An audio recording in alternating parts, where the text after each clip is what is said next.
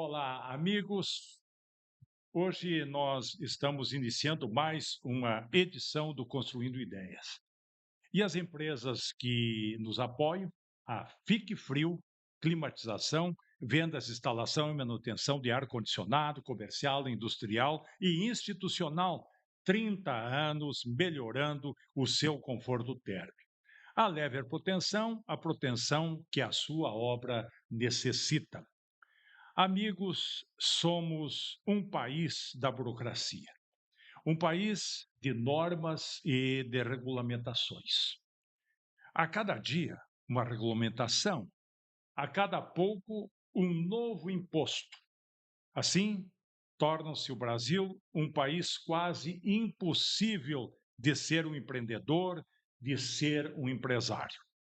O custo Brasil é muito alto e a carga tributária é uma das mais altas do mundo, chegando a 32,4% do PIB. Quanto ao retorno para a população, é um dos piores. Então, está chegando a tal reforma no Construindo Ideias.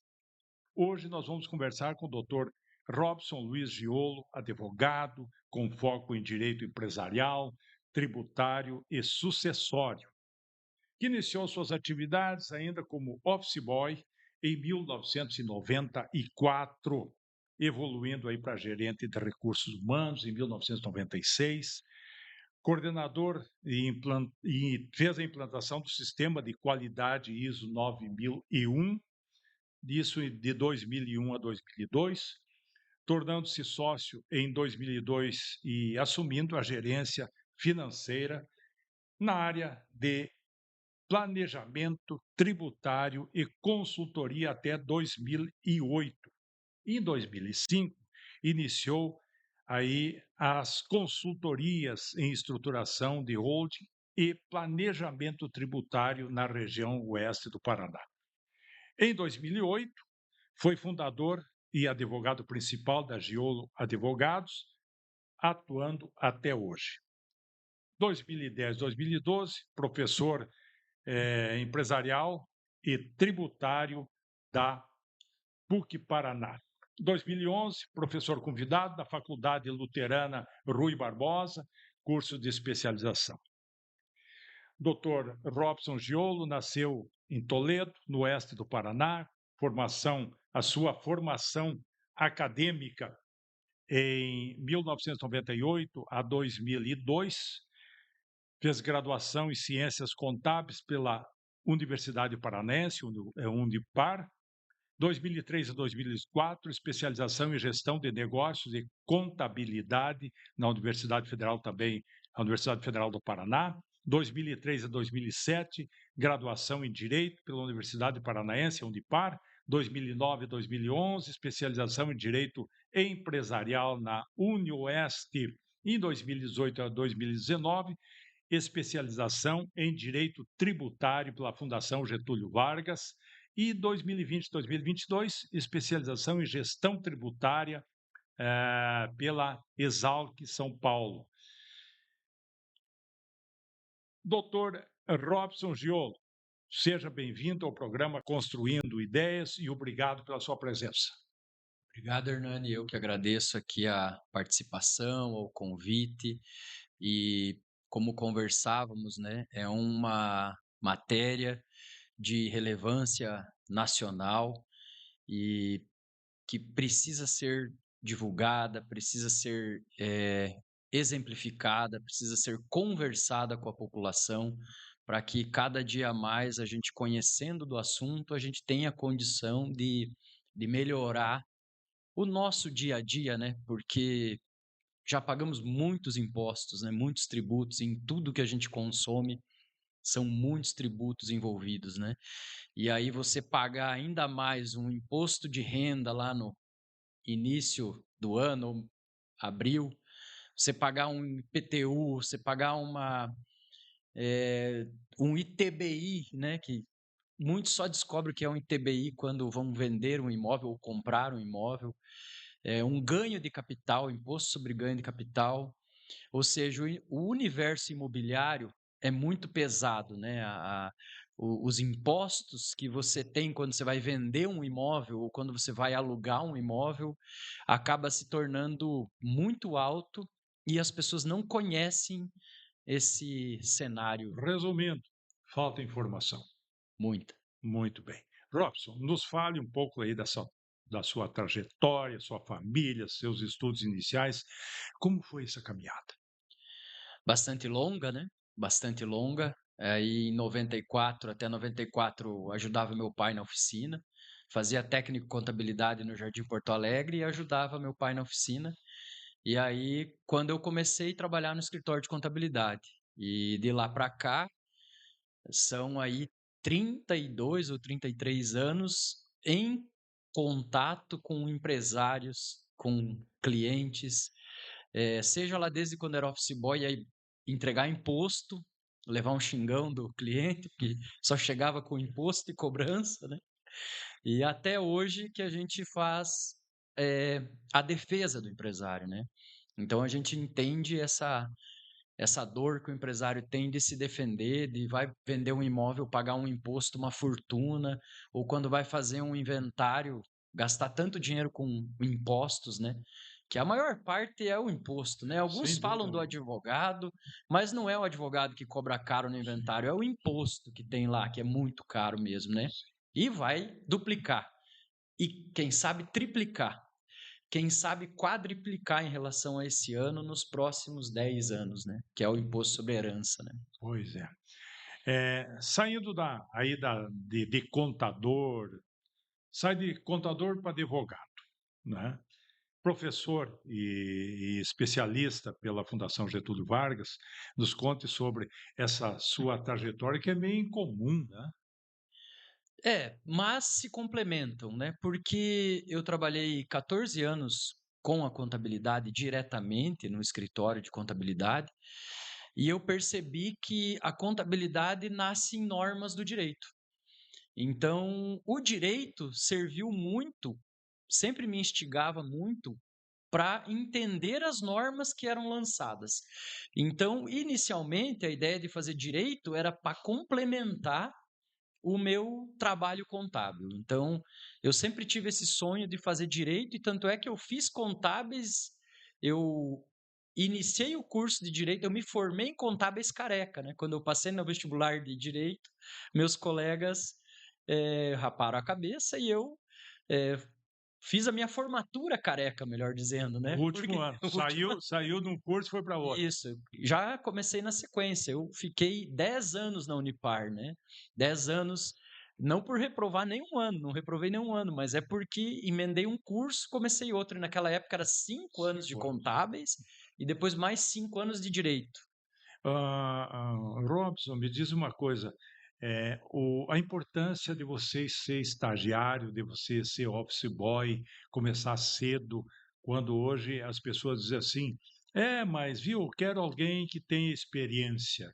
E não é fácil encontrar pessoas que têm experiência, como também nós temos que abrir espaço para que as pessoas cresçam, assim como você começou, de office boy, e depois foi crescendo, e abrir espaços para essas pessoas que estão aí começando a sua vida de estudante, na sua opinião, ela é fundamental? O que que você diz para essas pessoas que estão agora querendo fazer uma faculdade e querendo fazer algo e crescer na vida? Fundamental. Inclusive eu sempre defendi a ideia de que o Brasil, ele sempre quer legislar antes de estar preparado. Quando aumentou a idade para registrar em carteiras crianças, né, os adolescentes, que quando o Brasil mudou lá para de 14 para 16, nós não estávamos preparados para não ter trabalho para essas crianças, adolescentes. Nós precisávamos, né, de pessoas, as pessoas não tinham onde ficar. Aí que daí depois foram atrás de escolas em turno integral, porque Sim. daí a criança não tinha onde trabalhar, tinha que ter uma escola em turno integral, né? Então o Brasil sempre faz a lei antes de adequar a estrutura. E eu comecei a trabalhar muito antes dos 14 anos. Eu com 10 anos, 11 anos, ajudava meu pai, depois fui ser office boy aos 14, Então fui levando o tombo da vida e esfolão desde os 14 anos na rua, pedalando, entregando imposto, cobrando, né, fazendo cobrança de honorário, de imposto, entendendo que o cliente estava ali sofrendo, né, porque não tinha dinheiro para pagar o imposto e a gente ia e voltava, ia e voltava. E, então, isso fez a base para a gente começar uma faculdade com 17 anos, 18 anos, já mais calejado, vamos dizer assim. Do que você ficar. Hoje eu tenho um filho de 15 anos que não trabalha, porque a legislação não permite, eles também têm outras ideias, vai fazer 15 anos agora, então a gente vai tentando fazer um pouco diferente com os nossos filhos. Mas que eu vejo que a maturidade deles é muito menor. Eu, com 15 anos, eu sabia fazer a funilaria de um carro, né. Então eu pergunto até para o meu filho: "Se o pai falecer hoje, o que que você sabe fazer para você se sustentar, né? Se o pai faltar, o que que você sabe fazer? Você sabe, ser marceneiro? Você sabe ser um pintor? Você sabe ser um pedreiro? Você sabe ser um auxiliar de escritório? O que que você já sabe?". Eles não sabem nada ainda, então a idade precoce no trabalho eu só vejo com bons olhos, eu defendo e muito. E uma coisa que a gente às vezes não leva em consideração é o interrelacionamento que você começa a ter, né? Porque você vai lá, você cobra, vai levar o imposto, leva um mês, leva 2, leva 3, você já vira um cara, uma pessoa conhecida, né? "Ô, Sim, o Robinho tá chegando", porque o Robson, ele era conhecido e conhecido aqui pelo meio aqui dos amigos, o Robinho. "Ó, o Robinho tá chegando aí", né. Então, quer dizer, você vai criando um relacionamento e essas pessoas vão vendo o esforço e são os primeiros a abrir porta. sim. É assim que a vida funciona. Eu tenho muitos clientes hoje que eu vi ele começar a empresa lá e eles me viram como criança, como adolescente ali, o Paludo, né, Sim, o Paludo Pneus, ele chega a dar risada, ele chega, olha só. né, ele é muito feliz quando vê a gente lá de lembrar da história. Eu tenho muitos outros clientes que me conhecem e me lembram desde aquela época, né. E aí, é aquele que faz uma indicação, né, É isso. Robinho? Aquele que diz assim: "Viu, ó, tem um fulano aí que é um cara que trabalha bem, trabalhador, tem que dar uma força para ele. Quer uma pessoa assim?" Porque as pessoas precisam hoje, precisam de Sim. pessoas que falem, principalmente isso. Nós estamos perdendo essa capacidade de falar, de se comunicar e de se comunicar bem. Esse é um problema que nós temos. E o interrelacionamento faz isso, de uma forma ou de outra faz. E quando você viu essa necessidade de atuar no planejamento tributário já como empresa? Já nos tempos de escritório de contabilidade, aí teve aquele período de implantação de sistema de qualidade, planejamento, de qualidade. O escritório sempre foi muito envolvido com isso, né? O Esperoto, o Jefferson Martins, sempre tiveram muita preocupação em inovações, em ser os melhores possíveis. E esses planejamentos de consultoria que acabavam vindo de São Paulo, seja para qualidade ou seja para outras coisas, e que a gente ia fazer cursos, acabou abrindo realmente essa clareza da necessidade, né, de cada vez mais, fazer isso.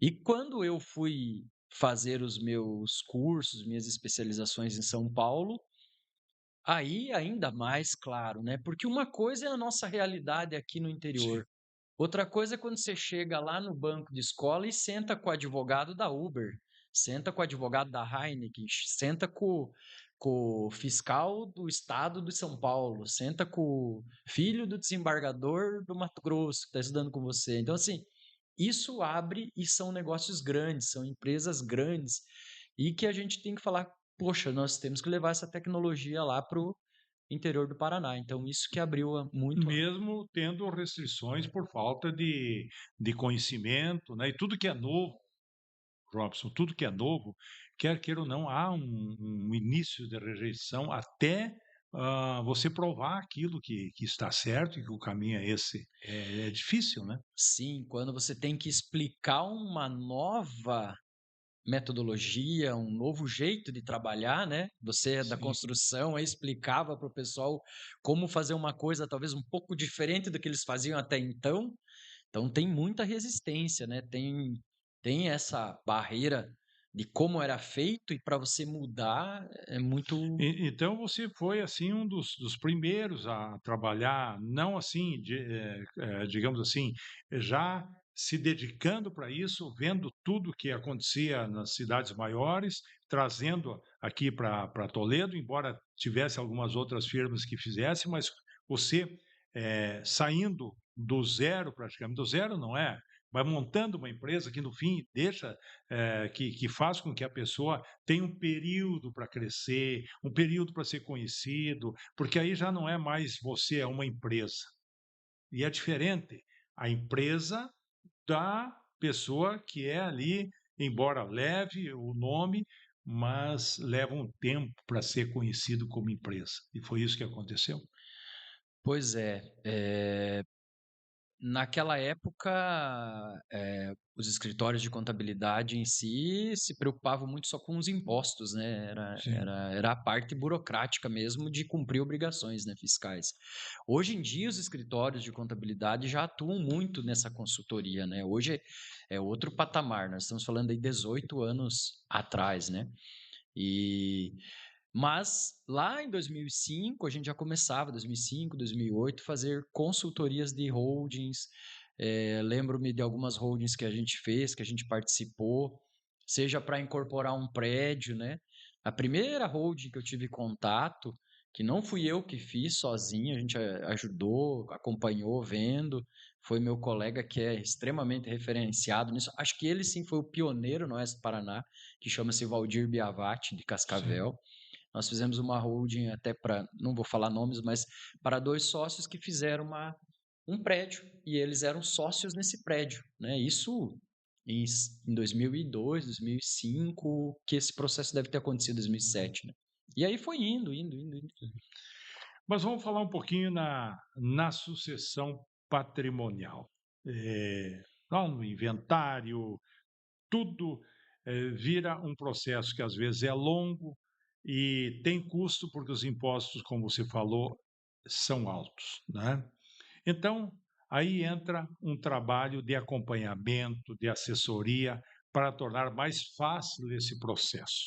Assim, facilita a vida das pessoas nessa transmissão patrimonial. O que que é uma para o nosso pessoal que está nos acompanhando, o que que é uma hold? Holding é uma empresa onde as pessoas colocam dentro dela os imóveis, como se fosse um cofre. Sim, Então, dentro dessa empresa, em vez de você colocar mercadorias para vender ou para alugar, como você coloca numa transportadora, você coloca caminhões para alugar ou prestar serviço. Num comércio, você coloca estoque de mercadorias para revender. Numa holding, você coloca imóveis ali dentro, né? E eu estava vindo até aqui no caminho e olhando para a cidade, o tamanho do crescimento que está Toledo, e estava imaginando assim, né? Tudo isso aqui é um estoque de imóveis, né? A gente não tem nem noção quantos imóveis que estão fundamentando a economia da cidade, né? Então, isso tudo, até então, está muito no CPF das sim, pessoas. E é muito comum uma pessoa ter 10 imóveis, 20 imóveis, e isso é um estoque, isso é um negócio. Que um negócio já desde quando nasceu o direito, comercial, né, os estudos no Brasil, as primeiras faculdades foram de direito e de contábeis, né, em São Paulo. Então, assim, era uma coisa só. Então, os imóveis são um negócio. E você explorar eles como uma empresa já começa a ser muito mais organizado do que no CPF. sim. Até mesmo, para caso de herança, de morte, eu acho que esse é um item importante também, né. Sim, e é um ponto muito importante, porque quando os imóveis não estão no CPF, você não está fazendo inventário dos imóveis, não ficam bloqueados. Aqueles imóveis estão sendo administrados e são de propriedade de uma empresa. E aí os herdeiros já estão dentro dessa empresa, muitas vezes, quando a gente consegue planejar isso, eles já estão dentro da empresa e a administração da empresa continua sendo só uma sequência. É como um voo onde o avião já está voando e tem 2 pilotos. É Sim. por isso que tem 2 pilotos num avião, que o avião não pode parar para trocar o motorista, né, o piloto. Não E o dá. mecânico fica no chão ainda. O mecânico fica no chão. É mais problema É, ainda. então é esse o sentido, né. Aham. Então, essa transmissão patrimonial, ela do modo que você trata e você, acompanha esse pessoal todo aí, vem facilitar a vida da pessoa, dos herdeiros e de todo mundo que está envolvido, né. Sim, Porque, quer queira ou não, meus amigos, você trabalhar uma vida inteira e depois você deixar aí 20% de imposto para o governo, que nunca fez nada para você, também é doído, né. E esse, pelo que eu entendi, é esse o objetivo, né, facilitar a vida de quem tem patrimônio. sim. Começa com a administração dos bens de uma pessoa que já tem bens. Essa gestão acaba melhorando o resultado desses imóveis, o lucro. Acaba economizando um pouco mais de imposto, porque o imposto no CPF é uma loucura, imposto de renda. Se a pessoa já tem um salário de R$ 7.000 hoje em um emprego, ou um empresário que já tem uma retirada de 7.000, qualquer migalha de aluguel que ele receba é 27% de imposto. Sim. Então, isso é um absurdo, você pagar 27,5% de imposto de renda, né, de um imóvel. Então, já começa por aí, administrando melhor, economizando imposto, você já vai colocando a tua família on board, né, que a gente chama, já dentro da empresa. Hoje meu filho de 14 anos e minha filha de 10 anos já são sócias da minha holding, já estão lá, com 0,01% estão lá. Quando eles começarem a olhar, enxergar as coisas, eles estão dentro da cabine do E avião. tu pode aumentar o capital deles conforme eles forem Depois eles crescendo, vão sem dúvida nenhuma. seguindo, fazendo, vão comprando, vão crescendo dentro da empresa, eles vão tendo um emprego dentro da tua empresa, entendeu? Porque o que que acontece, Robin, muitas vezes, a pessoa tem que optar, ou eu dou estudo para o meu filho, ou dou saúde para o meu filho, ou eu pago imposto. A verdade é essa, não Sim, adianta, nós temos que falar a verdade, é isso. Ou você faz isso, ou você então não vai dar estudo para o teu filho, não é? Você não vai dar uma saúde, mediana, né, porque boa você não tem e não vai ter, vai depender sempre de uma, de algum convênio, e tem esse convênio que para você conseguir uma consulta, embora se pagando horrores, você vai conseguir dali 15, 20 dias. isso. Então esse é um drama também, né, Sim, e isso leva a repensar o nosso modo que vinha de pai para filho e chegamos até hoje. Mas os nossos pais, os nossos avós, eles tinham essa visão e por falta de conhecimento, de legislação que era não abrir espaço, e hoje nós temos espaço aberto, mas é conhecimento. quantos agricultores fundadores aqui de Toledo, pioneiros, né, que chegaram, que tinham famílias com bastante posse de terra, que ao dividir as suas heranças aí, acabou esfarelando tudo, né? Sumiu tudo. Sumiu aquele patrimônio grande, né?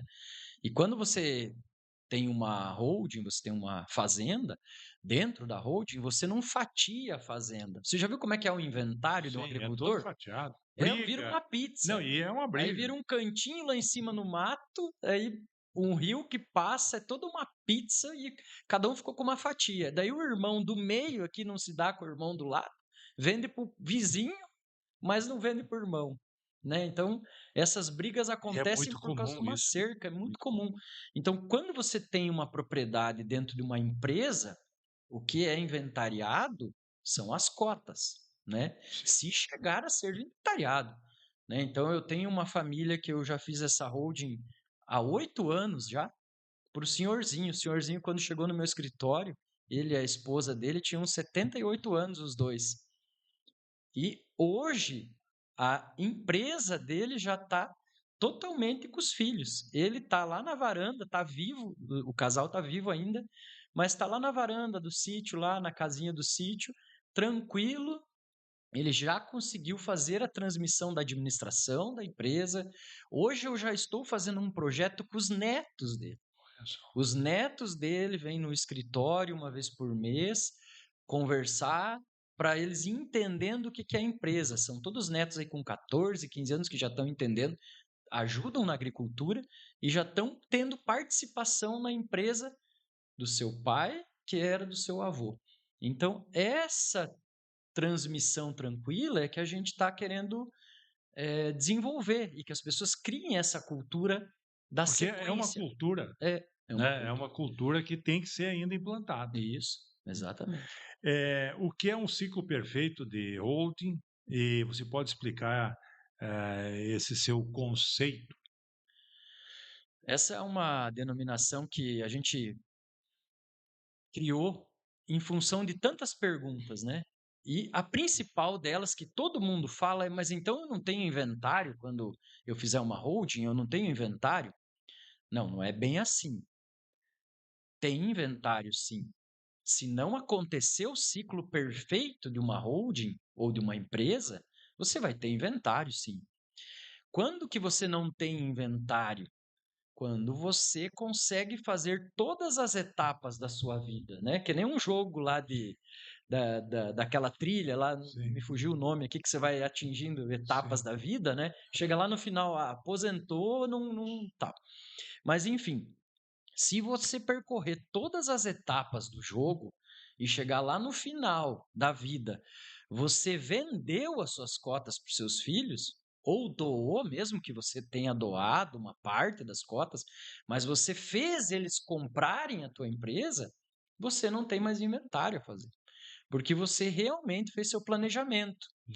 E, mas então onde que foi o dinheiro dele, né, do senhor, o patriarca?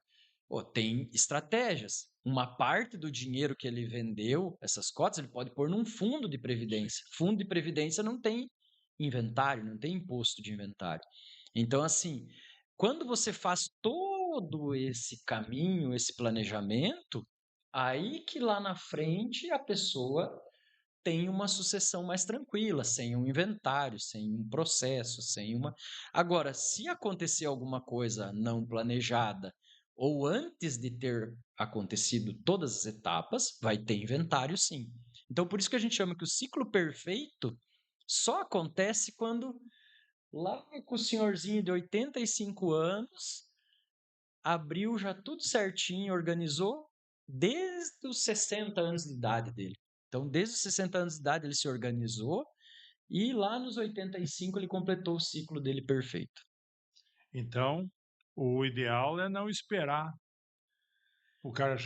a pessoa chegar nos 80, 70, já antes de começar a trabalhar, para Muito. que esse ciclo ele seja completo com o tempo, porque sempre vai ter alguma coisa que pode atrapalhar, porque família é complicado, tá? Sim, Então, tem que ser um amadurecimento da própria família. sim. Inclusive, eu tenho defendido, tem até um vídeo no YouTube explicando isso, que se eu pudesse recomendar para qualquer pessoa que tivesse 30 anos, já abrir a sua holding, Sim. abriria, porque você já vai guardando os seus imóveis, já vai comprando o primeiro lote, o segundo lote, então que seja, que às vezes o primeiro a gente compra financiado pela Caixa Sim. Econômica, Aham. constrói a casa ali, é um sufoco para construir a primeira casa, mas o segundo imóvel já tenha na holding, já compre dentro da holding. E aí o seu filho lá desde 14 anos vai entendendo aquilo naturalmente, ele vai escutando, ó, mas aquele aluguel que a gente recebeu lá na empresa, na holding, aquele. Vai lá falar com o advogado, vai lá falar com o contador sobre aquela empresa que é dona dos imóveis, sobre o aluguel. E a criança vai crescendo, vai entendendo, e quando ele chega adulto, e a gente um dia fica velho, né? E velhinho, né? Sim. Você não quer mais cuidar, né? Você tem muitos senhores que têm dificuldade com a senha de banco, né? Sim. Agora que inventaram o gov.br, para muitos clientes meus aquilo é um terror para eles, né? Eles preferem a caneta para assinar, né? Assinar com gov.br. É complicado, é complicado. Tem situações que uma holding não é recomendável. qual são situações que você pode dizer: "Isso aqui não é recomendável para você"? Sim. Muito interessante essa pergunta e essa ideia a ser esclarecida, porque assim, não é para todo mundo que serve o mesmo desenho, né? O projeto de uma obra, cada pessoa tem que saber o seu projeto, né? Então, por exemplo, uma holding. A família tem 3 filhos e o pai tem 5 apartamentos, né? O pai conseguiu comprar 5 apartamentos que está lá alugado e ele tem 3 filhos, o senhor patriarca, né? Aí a pergunta que a gente faz é: os filhos vão querer ser sócios lá na frente para receber o aluguel desses apartamentos tudo junto, administrando o caixinha desses aluguel? Ou não é melhor o senhor já dar um apartamento para um filho, dar um apartamento para outro filho, outro apartamento para outro filho? Ou então até mesmo vender esse apartamento agora. Como eu falei antes, venda o apartamento para o seu filho parceladamente, facilitadamente, coloque o dinheiro num fundo de previdência que não tem ITCMD, caso aconteça alguma coisa com ele. Eu tenho clientes que têm um fundo de previdência bem gordo, que anualmente ele vai lá e tira o dinheiro que ele usa para sobreviver.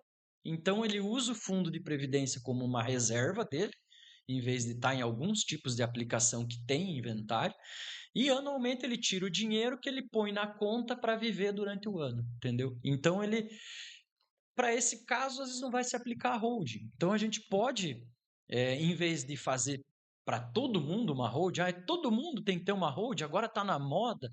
Não, tem casos que não serve, né? Eu tenho exemplo, eu poderia fazer de graça a holding para o meu pai. Né? Meu pai é um exemplo típico. Ele tinha 8 apartamentos e a melhor coisa que ele fez foi ir vendendo para os filhos, segurou alguns para ele, então assim, tranquilo, foi vendendo, doou um para cada filho.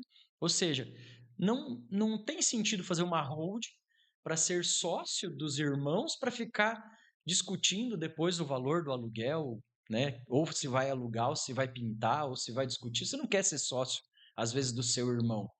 Agora, numa área de terra grande, numa numa empresa, num complexo de imóveis, então você já acaba sendo sócio dos seus irmãos, né? Então é melhor estar junto e administrar junto do que cada um na sua carreira solo, né? E o interessante é o seguinte, né, Robson, o fato é você esclarecer, não é o lado de ganhar, mas é o lado porque não adianta você ganhar e deixar alguém mal. Então é preferível eu não ganho, mas eu esclareço. Sim. Eu não vou criar um problema para uma família simplesmente porque eu estou vendo o lado monetário, o que eu vou ganhar. Eu acho isso que se chama ética. Sim, eu tive até um caso de um genro, de uma pessoa bem apoderada aqui em Toledo, que foi induzido ali a fazer a holding, tinha que fazer a holding, tinha que fazer a holding, e depois ele me perguntava, mas eu tenho esse custo com essa holding aqui, eu tô tendo um custo e não tô tendo. Falei, sim, mas é porque não era a hora, você não precisava ter feito a holding ainda, né? Uhum. Então, ainda não precisava ter essa holding, né? Então esse é um caso bem curioso também. Pois é. E pode acontecer de formar mais de uma hold para uma mesma família? Excelente.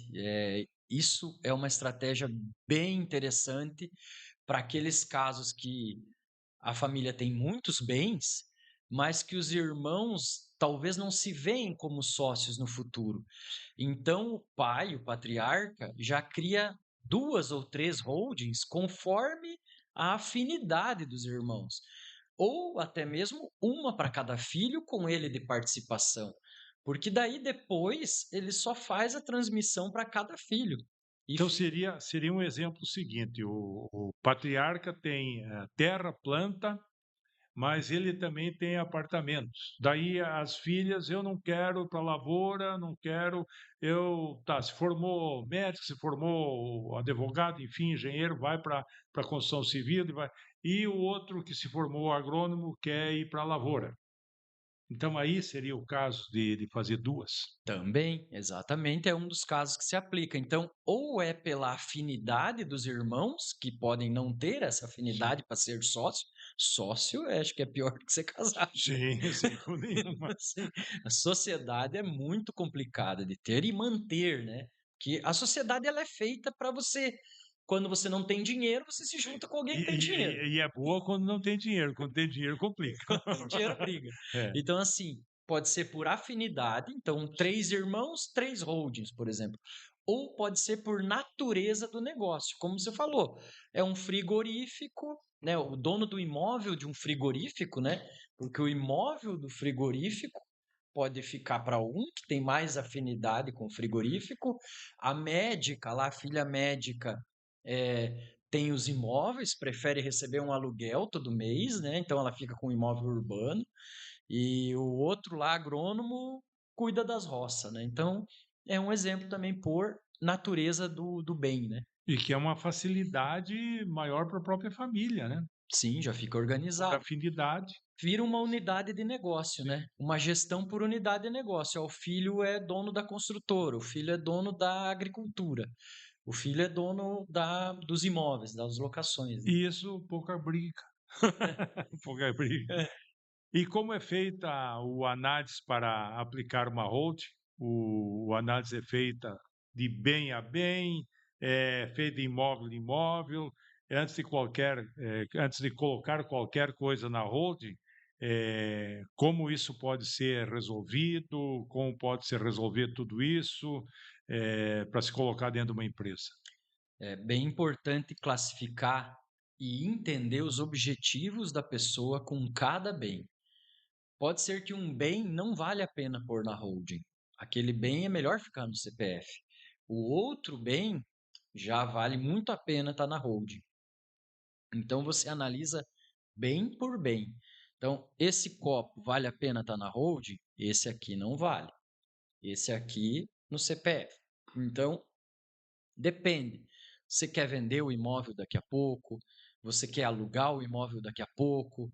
Ou é aquela chácara que você quer usar só para lazer? É que a gente tem que analisar. É um bem que lá na frente no inventário ele não vai existir mais? Ou não, é um bem que eu quero transmitir para minha família lá no inventário, lá na frente, na sucessão. Então, coloca ou não coloco na holding? Então, são detalhes que precisa ser visto, porque senão depois vai gerar um custo, né? Ah, sem dúvida, né. E me diz uma coisa, como, você já fez várias, né, várias holds, principalmente esse ano, quem e aí entra um problema, quem ganha valor, por exemplo, 50.000 por mês, a tributação criou alguns problemas ou não para a renda alta, como isso na prática funciona? Sim, com a mudança aí da tributação da alta renda, que a gente chama, com a implantação, né, o governo colocou a tributação da alta renda, onde quem ganha acima de 50.000 por mês numa empresa de lucro, por exemplo, paga 10% de imposto de renda. Mesmo que antes os lucros eram isentos, lembra? Sim. Não pagava imposto sobre o lucro. O que o empresário distribuía era isento, né? Agora, não. O que você distribui acima de 50.000 por mês ou 600.000 no ano tem 10% de imposto de renda. Então, muitas empresas se organizaram diferente. Em vez de os sócios serem as pessoas físicas, os sócios, as empresas, isso já era comum em grandes centros, já era comum em grandes empresas.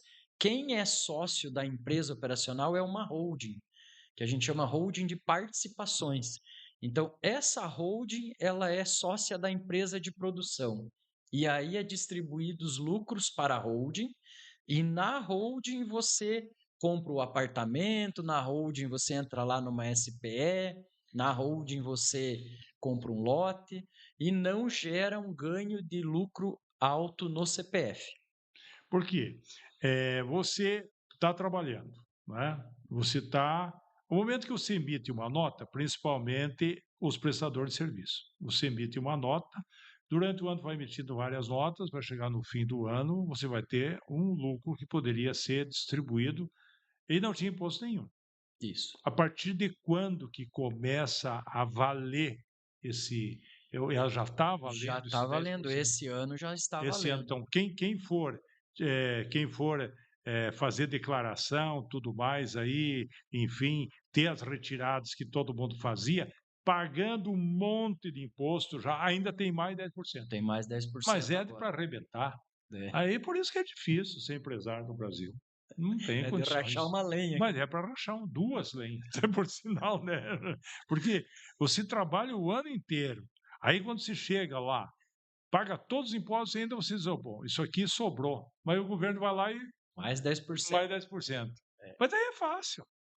Aí é fácil você ser governo e não ser empresário. E é por isso que o pessoal não vem para a iniciativa e o privada. pior de tudo isso, como eu falei antes, o Brasil faz a lei e não está preparado E para não a está lei. preparado. Por que E nem que, pergunto. E quem faz a lei é quem está atrás de uma mesa, que não está no dia a dia, que não está lá trabalhando. É muito fácil. por que que o lucro no Brasil era isento? O lucro do empresário era isento? Porque a tributação no Brasil sobre a renda de uma empresa chega a 34%. Então não é que era isento, a empresa já pagou o imposto de renda Sim, para o empresário, 34%. Só para você ter uma ideia, o que que é considerado paraíso fiscal no mundo? Quem tem uma tributação de imposto de renda abaixo de 20%. sim. Então, a média dos países ficam numa tributação sobre a renda de uma empresa entre 20% e 25%. No Brasil era 34%. E é ainda. Então, eles tiraram a isenção do imposto de renda do sócio e mantiveram os 34% ainda. Então, além dos 34%, estão cobrando mais 10%, digamos assim, do empresário. Então, eles aumentam os impostos absurdamente e vai o empresário que não está antenado, que não sabe se organizar, paga esse imposto, né? É difícil, é difícil. Você que está nos acompanhando aí a nossa entrevista e o Construindo Ideias é para isso mesmo, para esclarecer. A gente até fica indignado, né? Fica indignado porque o retorno de tudo isso você tem que pagar saúde de novo, tu tem que pagar segurança de novo, tu tem que pagar educação de novo, se quiser uma educação de qualidade. Qual é o objetivo então de viver pagando imposto? Nós somos escravos. É, Nós somos escravos de um sistema que não funciona, só funciona na base da pressão, né? Só funciona na base de tomar as coisas das pessoas. É isso aí. Mas, enfim, outro exemplo que onera mais ainda, né? Mas daqui a pouco a gente já muda de assunto, de sim, repente, para não ser tão sim, pessimista, né? aham, Mas é que a reforma tributária do imposto sobre o consumo, que a gente chama, vem aí. O imposto sobre o consumo é sobre essa água aqui que a gente está bebendo, né? Tem um imposto. E no Brasil, de novo, já saiu com a alíquota mais alta do mundo, né? 28% estão falando em lançar o IBS e CBS, que vem substituir o ICMS, o IPI, o PIS, COFINS ali vem trazer. Então vem o IBS, o CBS e o imposto seletivo. Essa alíquota estão falando em 28%. Então os nossos governantes têm que ficar atentos a isso para brigar lá no Congresso para que essa alíquota seja menor, nos comitês tributários para que seja menor, porque comparado à Alemanha, por exemplo, é 20%. Paraguai é 10% esse imposto sobre o consumo. Portugal, 22%, um exemplo. Tudo, o mundo inteiro fica na faixa de 20, 19, 20. O Paraguai é uma raridade, né? É um paraíso, digamos assim. uhum, Não no conceito fiscal de paraíso fiscal, mas 10% é sim. o sonho de todo mundo, né?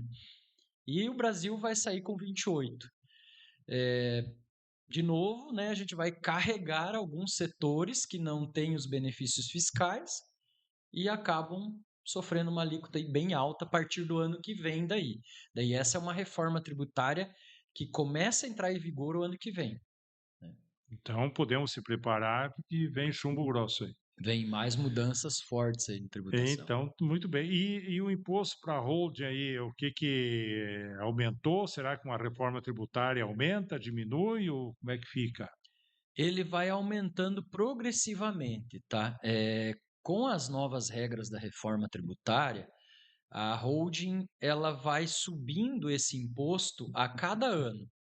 A gente está estimando os doutrinadores escrevem sobre isso, os calculistas escrevem sobre isso no Brasil, que em 2033 o cálculo do imposto na pessoa física, que hoje é um absurdo, lembra que a gente falou antes? É um absurdo, e o cálculo do imposto de uma holding deve ficar meio parecido, mas não maior do que na física. Então, aquele ganho tributário do momento da operação da empresa, é possível que a gente não tenha uma vantagem tão grande, né? Então, assim, é possível que lá em 2033 essa diferença acabe reduzindo. É o que se estão prevendo. O que vai acontecer a gente não tem nunca certeza, né? Mas, de outra forma, a questão da herança, né? Que hoje o imposto é 4% no Paraná. O governo tentou colocar 8% já esse ano que nós estamos, mas foi retirado de votação o projeto. Eu acredito que após as eleições aí a gente vai ter alguma surpresa que o imposto no Paraná também vai ser 8. Bahia já é 8, alguns estados no Brasil já são 8. Aliás, a maioria já é 8. Então, deve ir para 8. E se defende que em 12 anos, em 15 anos, já vai para 16% o imposto sobre a herança. Então, por isso que as pessoas têm que se organizar o seu patrimônio, justamente para que as empresas perpetuem, né? Não que você tenha aí uma carga tão cara na herança, né? A realidade é que, se você não se informar, não procurar a entender toda essa parafernália, e eu fico com pena dos contadores, porque eles hoje, a cada, sei lá, a cada dia tem uma nova regulamentação e tem que estudar e aí como é que fica? São responsáveis, eles são responsáveis, e não é assim? Sim, advogados também. Advogados também, engenheiros Advogados nos também, inventários, é, são ali, eles... tem um povo aí que ele não é responsável por nada, ele não quer nem saber e são os que estão bem, são os que estão bem. Então é isso aí. É, você trabalha, você paga tudo, você vai pagar. Se você for, olha, ó, meu amigo, o que que acontece? Você vai pagar, você vai comprar uma lata de óleo no mercado, você está pagando 30, 35%. Você vai pagar o remédio, vai pagar lá 30%. A cachaça nem se fala. Isso aí é 80%, né? Então, É. então é o seguinte, quem está pagando mesmo imposto alto é o que ganha menos, com certeza.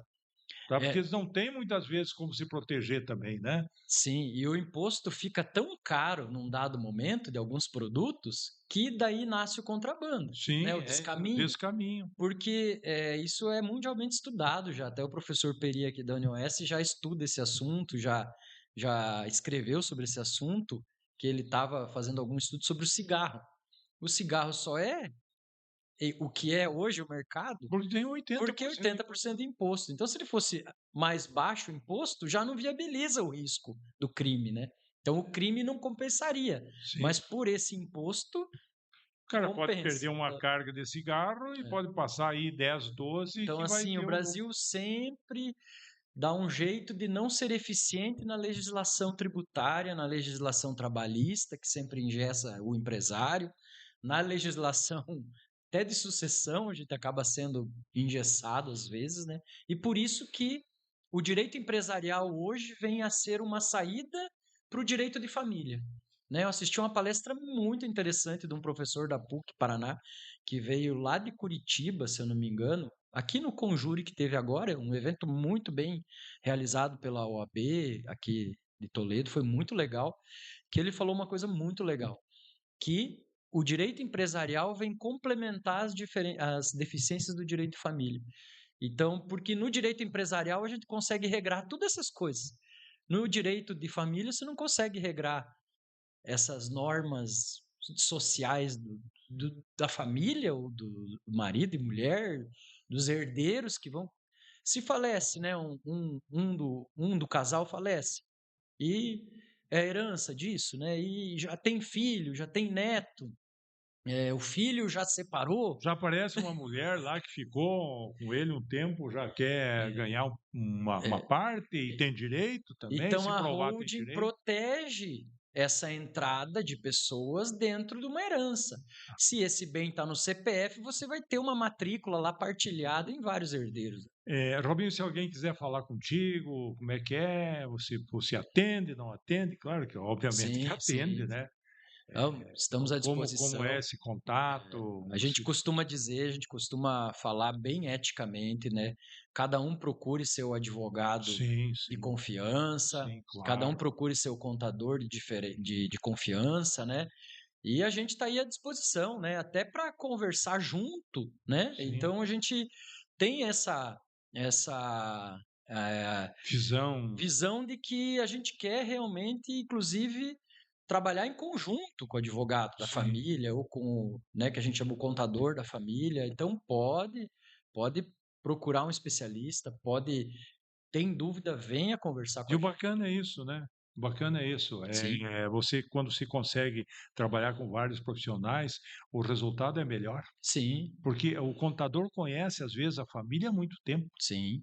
É, E aí complementa muito o que ele não sabe com o tributarista, sim. né? E o tributarista está aprendendo com ele também. E o E o advogado e advogado também, vice-versa, né? Então vice-versa. eles é um trabalho em equipe, né? Quando você vai numa empresa grande, você tem uma pessoa especialista em cada assunto, Sim, sim. E tu né? tem que falar, às vezes, com todas Eu elas. tive uma aula na FGV, que era de direito de exportação, né? Tributação da exportação, que o professor lá de São Paulo, você imagina a qualificação desse professor, chamou um amigo dele convidado para dar um item da matéria.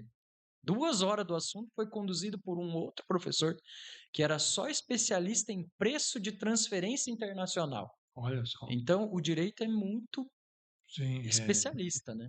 e amplo também, né? Amplo, Muito. né? Tem que ser especialista. E nós estamos chegando no final dessa entrevista.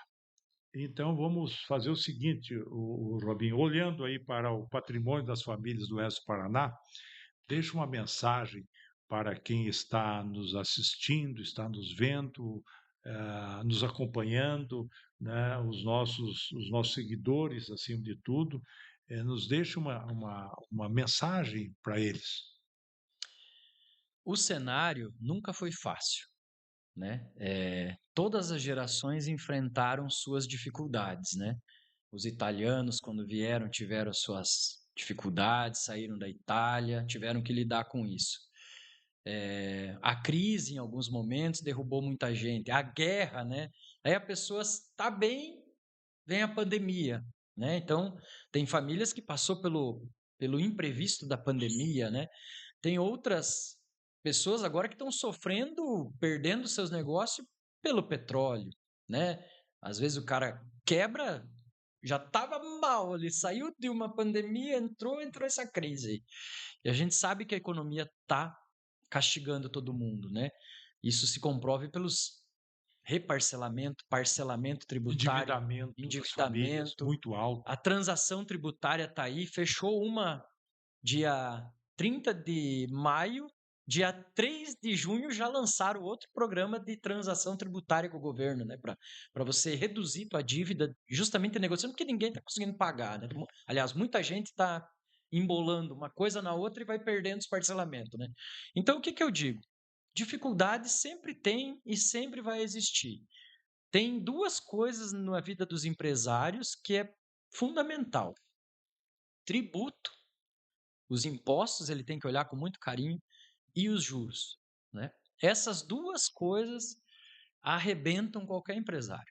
Seja o juro que ele vai pelo caminho mais fácil, né, diria meu grande amigo e tio Esperoto, né, e meu mentor aí que eu considero muito, só elogio a esse cara, o Jefferson também.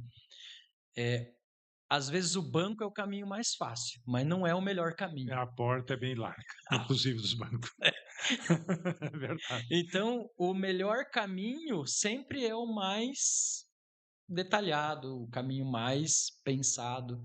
Então, assim, não achem que é fácil. E não desistam também porque é um pouco difícil. Tem muita gente que fala, eu não quero nem ver isso aí, meus filhos que se matem lá depois, deixa eles lá porque depois. Mas não é isso que a maioria fala. A maioria que entra no escritório fala assim, eu quero deixar as coisas mais organizadas para minha família. Então, Acho que esse sim é o caminho mais correto. Porque a pior coisa é lá resolver um inventário que já está enrolado, já tem briga de família e o pessoal não tem nem o dinheiro para pagar o ITCMD. Porque absurdamente parece estranho, mas quanto mais o patrimônio, mais a dificuldade de pagar o ITCMD. E aí surgem os oportunistas. E aí não é nem o advogado que cobrou caro no inventário, mas é porque vendeu um apartamento a preço de banana para pagar o imposto. Então, isso sim gera custo, né? Então, esse é o recado. Se organize, procure um especialista, procure seu contador, vai conversando com ele, procure seu advogado, vai conversando com ele, vai estruturando o assunto, que é assim, você não Não compra um deixe para a carro, última hora. né? Você não compra um carro do dia para a noite, você não faz uma casa, Ah, não. um prédio sem pensar. É verdade, é verdade. E chegamos no final, então, dessa edição, dessa conversa com o doutor Robson Luiz Giolo. Deixamos o microfone para suas considerações finais e sua despedida. Só agradecer mais uma vez aí, o sentimento é de gratidão, tá, Hernani? Gratidão por todo mundo que passou por essa caminhada. Hoje você fez eu me lembrar da minha caminhada aí. Hoje é uma sexta-feira e com certeza eu vou abrir um vinho e vou lembrar aí das pessoas que a gente conversou, do caminho, seja os colegas que foram de faculdade, os colegas que foram de especialização, de aula lá, né? Esse dia eu encontrei o Lincoln, fizemos uma janta, o Lincoln Carrinho. Ele falou, cara, de onde a gente se conheceu, né? Não, a gente se deu aula lá na PUC mesmo, de lá nós começamos a conversar. Daí as amizades que vão surgindo no A caminho. Tere fez contigo o Empretec, Empretec, e ela até. hoje estava contando quem fez, e daí não, o Robinho fez, o fulano fez, então estão É aí, todo isso mundo mesmo. organizado, tendo suas A empresas, né? Tere era cliente lá da Sim, Esperoto, lá na época no que início, quando abriu da uma loja loja de de de panelas e coisas panelas e assim, coisas, era isso, cliente então tá lá. bom. Isso aí. Assim, chegamos a o fim de mais uma edição do Construindo Ideias, e acompanhe as nossas redes sociais. Obrigado mais uma vez e até uma próxima edição, porque construir ideias é, sem dúvida nenhuma, o melhor para você progredir. Ideia se constrói com pessoas, assim como o Robinho. Obrigado. Obrigado.